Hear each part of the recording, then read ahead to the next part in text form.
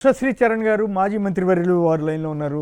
ఉషశ్రీ చరణ్ గారు నమస్కారం. చెప్పండి, ఏమనిపించింది ఈ రకంగా ఒక మహిళా ఎమ్మెల్యే ఆధ్వర్యంలోని ఈ దాడి జరగటం, ఆమె భర్త కూడా పాల్గొన్నారని ఇందాక మిత్రులు చెప్తున్నారు. సో ఈ రకమైన ఫ్లెక్సీలు పెట్టడం ఏమిటి, ఆ పెట్టిన తర్వాత జరిగిన ఈ పరిణామాలన్నింటినీ వదిలేసి ఒక్క రాంబాబు గారి మీదే కేసు పెట్టారా, మరి మిగతా వాళ్ళ మీద కూడా కేసు పెట్టారో లేదో తెలియదు. మీకేమనిపించింది ఈ పరిణామం? సార్ నమస్తే సార్. సాక్షి ప్రేక్షకులందరికీ కూడా నమస్తే సార్. సార్ నిజంగా ఒక మహిళగా నిన్న ఈ సంఘటన అంతా చూసి నాకు చాలా బాధ కలిగింది సార్. ఎందుకంటే మేము గత 4 to 5 days వెనక మనం చూసాం రైల్వే కోడూరు ఎమ్మెల్యే గారు అరవశ్రీధర్ గారు ఎంత ఒక మహిళని వేధిస్తే ఆమె అవుట్ రైట్ గా బయటకు వచ్చి ప్రెస్ మీట్ పెట్టు తనకు జరిగిన అన్యాయం గురించి తను మాట్లాడుతుంటే 5 సార్లు అబోర్షన్ కూడా అయ్యింది, ఇంతగా నన్ను హింసించినాడు, నాకు న్యాయం కావాలి అని చెప్తే అక్కడ నో పోలీస్ అండి. అసలు పోలీస్ వ్యవస్థ అనేది లేదు మహిళా రక్షణకు. ఎక్కడ కూడా ఈ ఒక ఎన్డీఏ అలయన్స్ లో ఉన్న ఈ టీడీపీ సర్కార్ ఎక్కడ కూడా దిగొచ్చి పవన్ కళ్యాణ్ గారు మాట్లాడలేదు. ఇటువంటి ఒక సందర్భంలో డైవర్షన్ పాలిటిక్స్ లో ఎప్పుడైతే సిబిఐ ఏజెన్సీ క్లియర్ చిట్ ఇచ్చినారో, వైఎస్ఆర్సీపీ ఏదైతే చెప్పిందో వాళ్ళ స్టాండ్ ఏదైతే పరిపాలనలో లడ్డు గురించి జరిగిండేది అది నిజంగా ఏదైతే చంద్రబాబు నాయుడు గారు మాట్లాడినారో ఇవన్నీ అవాస్తవము. ఎక్కడ కూడా కొవ్వు అనేది జంతువుల కొవ్వు గాని పంది కొవ్వు గాని ఎక్కడ కూడా అది మిక్స్ లేదు అని ఎప్పుడైతే చెప్పినారో, అంటే ఇక్కడ అర్థం కాని విషయం ఏంటంటే అట్లా చెప్పినందుకు ప్రభుత్వంలో ఉన్నవారు కానీ భక్తులు కానీ అందరూ సంతోషపడాలి, కానీ వీళ్ళు మరీ ఆశ్చర్యం ఎల్లో మీడియా కూడా చాలా పడిపోవటం ఏంటి, అయ్యో కలవలేదంటారా అని పదే రాసి అప్రదిష్ట పాలు చేయటం ఏంటి? వాళ్ళ ఉద్దేశం కలవాలని కోరుకుంటున్నారా, ఎట్లా అనే ఫీలింగ్ రాదా? కలిసిందని చెప్తే బాగుండదనా? ఎందుకు ఇట్లా వ్యవహరిస్తున్నారో అర్థం కావట్లేదు. మీకేమైనా అర్థమైందా? సార్ నాకు అర్థమైంది ఏంటంటే బిఫోర్ ఎలక్షన్స్ అయితే జగన్మోహన్ రెడ్డి గారి పైన ఏదైతే అస్త్రం వాడాలో తల్లి చెల్లి మళ్ళా బాబాయ్ అని అన్ని వాడేశారు సార్.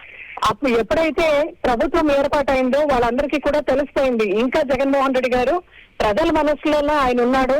సో ఆయన సీఎం గానే కాదు, ఆయన సింహాసనము ఎప్పుడు కూడా స్థిరంగా ఉంది ప్రజల మనసులో అని తెలుసుకున్నారు. కాబట్టి సో డైవర్షన్ పాలిటిక్స్ లో భాగంగా September 18, 2024 లో ఇటువంటి స్టేట్మెంట్ చంద్రబాబు నాయుడు గారు యాజ్ సీఎం చేసినారు.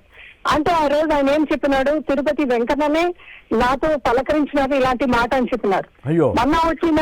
మొన్న వచ్చిన సిబిఐ క్లియర్ గా చెప్పినారు ఇక్కడ ఫ్యాట్ కంటెంట్ ఏది లేదన్నప్పుడు అందరూ కూడా జగన్మోహన్ రెడ్డి గారిని మళ్ళా వైఎస్ఆర్సీపీ పాలనలో జరిగింది నిజంగానే ట్రాన్స్పరెన్సీగానే జరిగింది, ఈయన చెప్పిన మాట అవన్నీ అవస్థావాలని ప్రజలందరూ తెలుసుకున్నారు. సో వాళ్ళకి అవమానం జరిగింది. సో డైవర్షన్ పాలిటిక్స్ లో భాగంగా ఫ్లెక్సీలని పెట్టి ప్రజలకు ఏదో ఒక కళ్ళవెళ్ళి ఒక స్టేట్మెంట్ చూపించాలి, ఒక యాడ్ పెట్టాలి ఫ్లెక్సీ ద్వారా అని వాళ్ళు ముందుకెళ్ళినారు. దాన్ని అమ్మంటి గారు బాగా ప్రశ్నిస్తూ ముందుకెళ్లి ఆ ఫ్లెక్సీని తొలగించాలి అని చెప్పినారు. సరే ఎంత బాధాకరం అంటే ఒక పబ్లిక్ రిప్రజెంటేటివ్, ఒక మహిళా ఎమ్మెల్యే మళ్ళా ఆమె హస్బెండ్ ఇద్దరు వెళ్ళి అక్కడ మాట్లాడి అక్కడ గొడవ పడేది ఏంటి సార్? నిజంగా ఇది అర్థం కాలేదు. ఒక public representative she should be an example. అటువంటి మహిళ అక్కడ పోయి ఆయన ఇంటి పైన దాడికి ఎంకరేజ్ చేయడం ఏంటి?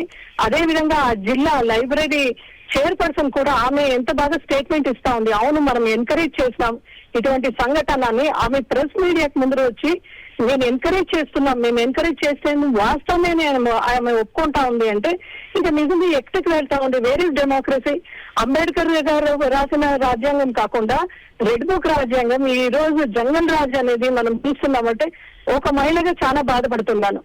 మొన్న సత్యసాయి జిల్లాలో సార్ జస్ట్ 1 day బ్యాక్ మొన్న రాత్రి 1 గంటకు వచ్చి మిడ్ నైట్ 1 o'clock వచ్చి పోలీస్ వాళ్ళు దీపికా గారు ఆవిడ కోఆర్డినేటర్ గా ఉన్నారు హిందూపూర్ లో.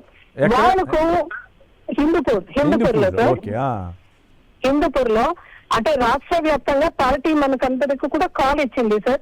ఈ లడ్డు గురించి ఏదైతే ఉందో వాస్తవాలన్నీ కూడా ప్రజలకు తెలపండి అని చెప్పి సో దాని గురించి ఒక ప్రోగ్రామ్ చేయమని చెప్పినారు.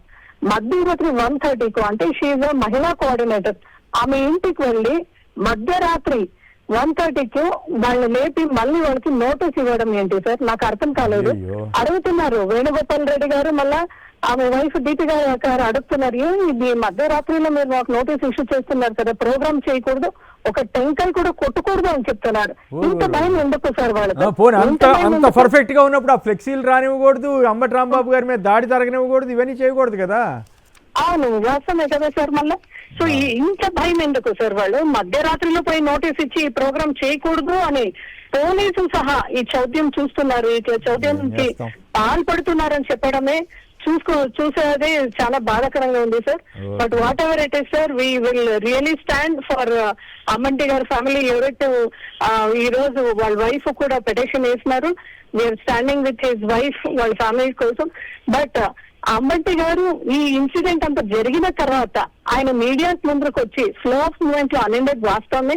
నేను అనకూడదు అంటే ఇటువంటి మాటలన్నీ కూడా చాలా పెద్ద మనసులో కూడా ఆయన చెప్పినాడు, ఒప్పుకున్నాడు. బట్ నేను అన్నిండేది సీఎం చంద్రబాబు నాయుడు గారు కాదు, అక్కడున్న క్రౌడ్ ఎవరైతే నన్ను థ్రెటన్ చేశారో, ఎవరు దాడికి దిగారో వాళ్ళతో నేను అనిన మాట తప్ప ఇది వేరే ఉద్దేశంతో సీఎం గారిని కాదు అని చెప్పిన తర్వాత కూడా మళ్ళా పోలీసులు కూడా ఆ చోద్యం చూస్తూ వాళ్ళ పైన కేసు కట్టడం నిజంగా ఇది India is the biggest democratic country sir. But ఇటువంటి బిగ్గెస్ట్ డెమోక్రటిక్ కంట్రీలో ఆంధ్రప్రదేశ్ రాష్ట్రంలో డెమోక్రసీ లేకుండా చేస్తున్నారని చాలా బాధాకరం సార్.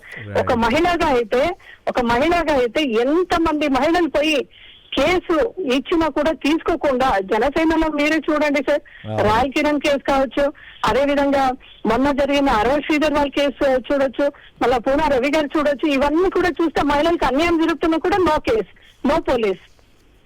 అయితే అమ్మంటి రాంబాబు గారు లేదు నేను మాట్లాడకూడదు, నేను మాట్లాడిన తప్పు అని చెప్పినా కూడా అక్రమ అరెస్ట్ చేస్తూ కేసు ఆయన విజ్ఞతను మెచ్చుకోవాలి. ఆయన ఓపెన్ అయ్యి తప్పు జరిగింది, జరగకూడదని చెప్పడం అనేది గొప్ప విషయం కదా. ఇంతకుముందు చూసాం చంద్రబాబు గారి వ్యాఖ్యలు, లోకేష్ గారి వ్యాఖ్యలు, మరి కొందరు వ్యాఖ్యలు చాలా ఉన్నాయి. అవన్నీ వేయాలంటే కూడా కష్టం, టైం కూడా సరిపోదు. అంతమంది అన్ని రకాలుగా ఎందుకు అంబటి రాంబాబు గారి కూతుళ్ళనే బండబూతులు తిట్టినటువంటి పాపం ఆయన కేసు పెట్టాలి, కేసు నమోదు చేయండి అని హైకోర్టు చుట్టూ తిరగాల్సిన పరిస్థితి వచ్చింది కదా. అయినప్పుడు కూడా ఎవరు తప్పు చేసినా తప్పే, దాంట్లో మనం ఏమి కాదను. కానీ అంబటి రాంబాబు గారు అంత ఓపెన్ అయిన తర్వాత కూడా, ఓపెన్గా చెప్పిన తర్వాత కూడా ఇట్లా జరగటం చాలా అన్యాయం అనిపిస్తుంది. రైట్, ఉషశ్రీ గారు ఇంకా కంప్లీట్ చేయండి. సో సార్, మనము ఈ రోజు మనం చేయాల్సినది ఏంటో సార్, డెఫినెట్ గా దీన్ని హయ్యర్ సెంట్రల్ గవర్నమెంట్ కూడా తీసుకుని వెళ్ళి, నిజంగా ఇక్కడ జంగల్ రాజ్ అనేది జరుగుతా ఉంది, హోమ్ మినిస్టర్ గారిని మనం కలిసి మాట్లాడేంత పరిస్థితి వచ్చింది. డెఫినెట్లీ ఇట్లాగే కొనసాగిస్తే మేమందరూ కూడా ప్రెసిడెంట్ రూల్ ని తీసుకొని వచ్చి ఇక్కడ ఉన్న మహిళల్ని, యువతల్ని, అదే విధంగా ఒక లా అండ్ ఆర్డర్ ని కరెక్ట్ గా మనము ఇన్ ప్లేస్ మనం పెట్టాలంటే డెఫినెట్లీ ప్రెసిడెంట్ రూల్ రావాల్సిందే అని కోరుతున్నాం సార్. థ్యాంక్ యూ అండి చరణ్ గారు. ఇక